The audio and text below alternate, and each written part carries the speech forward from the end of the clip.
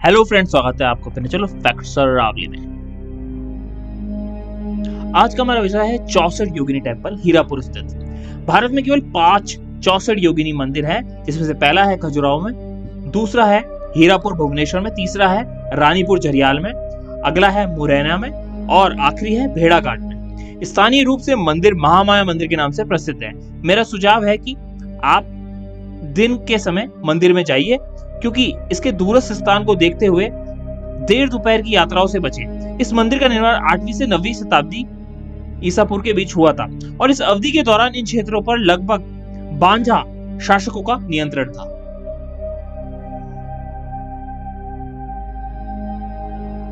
इस मंदिर की खोज हाल ही में 1953 में केदारनाथ महापात्रा ने की थी। मंदिर की परिधि 27.4 मीटर की और इसकी ऊंचाई 2.4 मीटर है। मंदिर बलुआ पत्थर से बना है। योगिनियों के पत्थर के पैनल काले और भूरे रंग के क्लोराइड पत्थर से बने हैं। 64 योगिनियों में से एक योगिनी गायब है, यानी मूर्ति इधर उधर हो गई या टूट गई होगी। 60 योगिनियां आंतरिक दीवार के चारों ओर गोलाकार रूप में स्थित है, जबकि 4 चंडी मंडप पर है। बलुआ पत्थर से बनी बाहरी दीवारों पर 9 कात्यायनी देवी सुशोभित है।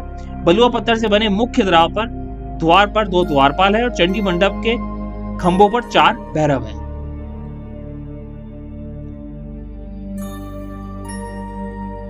बाहरी घेरे में आपको 9 कात्यायनी मिलेगी, जिन्हें दुर्गा का अवतार माना जाता है, जिन्होंने महिषासुर का वध भी किया था।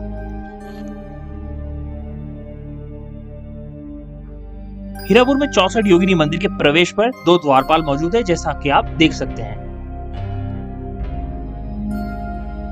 मुख्य द्वार से आगे बढ़ने पे आपको योद्धा जैसे दिखने वाले 2 पुरुष की मूर्तियां मिलेगी। ये बाई और दाई दीवार पर मौजूद है।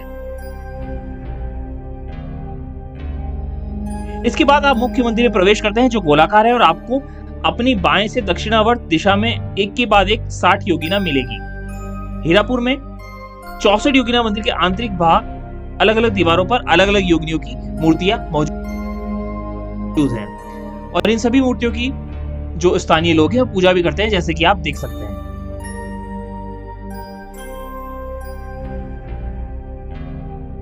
हीरापुर में 64 योगिनी मंदिर का आंतरिक भाग भीतरी दीवार के चारों ओर योगिनियों की छवियां हैं। मंदिर के केंद्र में चंडी मंडप है, जिसमें एक खुली छत के साथ एक स्तंभित आयताकार की संरचना भी है।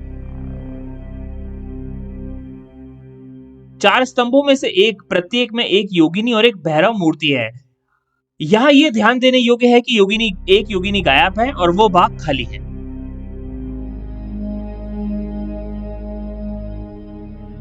चौसठ योगिनी मंदिर में चंडी मंडप में अपना सर झुकाते हुए भक्त अंदर प्रवेश करता है। 64 योगिनियों की अवधारणा ऐसी मानी जाती है, जिसमें से 8 मुख्य है, जैसे ब्रह्माणी, महेश्वरी, कौमारी, वैष्णवी, इंद्राणी, चामुंडा, महालक्ष्मी और वाराही को अष्ट मात्रा का माना जाता है, यानी कि 8 सुप्रीम गॉडेसेस, जिनका अर्थ है कि 8 माताएं। इन 8 मात्राओं में से प्रत्येक से हमें 8 अलग अलग योगिनियां मिलती है, जो कुल मिलाकर 64 होती है। हिंदू धर्म में 8 का अंक शुभ माना जाता है और इसमें बहुत शक्ति होती है। 8 के वर्ग के रूप में 64 में और भी अधिक शक्ति होती है और तांत्रिक साहित्य में यह असाधारण रूप से शुभ है। जब योगिनियों को 8 के समूह में विभाजित किया जाता है, तो वह आमतौर पर सीधे अपने गुणों और अलौकिक शक्तियों से संबंधित एक विशिष्ट देवता से जुड़ी होती है।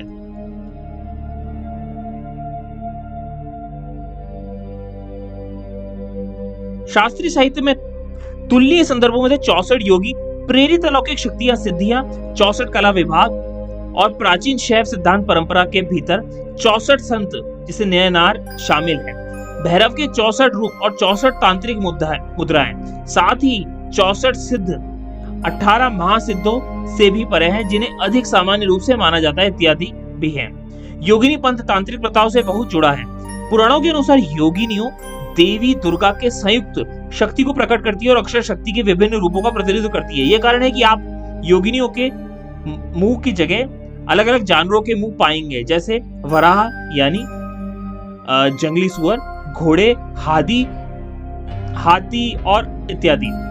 ये लेकिन विभिन्न मुखाकृति वाले देखेंगे। योगिनियों को तलवार, धनुष, बाण, खंजर और आदि धारण करने के रूप में भी दिखाया गया है। योद्धाओं की शक्तियों के प्रकट करते हुए भी दिखाया जाता है। योगिनी पूजा में तांत्रिक प्रतीक का चक्र है, जिसमें एक चक्र में 64 तीलियां है। प्रत्येक तीली देवी की योगिनी के रूप का प्रतिनिधित्व करती है।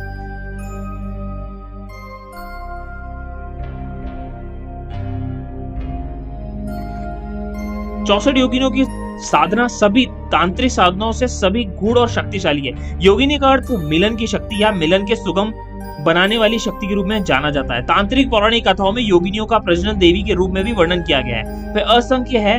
कुछ योगिनियों दयालु भी होती है, जबकि अन्य उग्र, और कुछ हमारी नकारात्मक प्रवृत्तियों पर शासन करती है, जबकि कुछ अन्य हमारी सकारात्मक प्रवृत्तियों पर। साथ में वह हमारे अंदर और बाहर दोनों जगह एक ऐसी स्थिति बनाती है जो स्थायी पूर्णता पाने के लिए अनुकूल होती है। ये प्रचलित शक्तियां हमारे विचारों, वाणी, कार्यों के लिए अनुकूल होती है और उन सबको प्रभावित भी करती है। हमारी पसंद और नापसंद उनसे प्रेरित होती है, क्योंकि वह हमारी चेतना को धुंधला करते हैं और साथ ही इसे साफ भी करते हैं।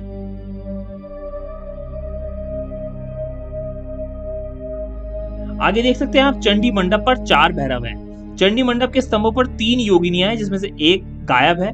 उसके साथ अपने भैरवों के 4 पैनल भी मिलेंगे।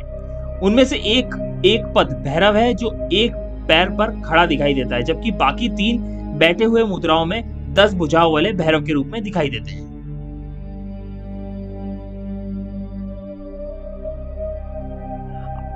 इसी मंदिर के पास में महामाया पुष्करणी है। मंदिर के ठीक बगल में एक जल निकाय है, जिसे केंद्र में एक मंदिर जैसी संरचना है। यह तालाब मंदिर का हिस्सा ही है और इसे महामाया पुष्करणी के नाम से जाना जाता है, जिसका नाम मंदिर के मुख्य देवता यानी कहे मुख्य देवी महामाया के नाम पर रखा गया है। ऐसी और रोचक जानकारी जानने के लिए जुड़े रहे मेरे चैनल से। धन्यवाद।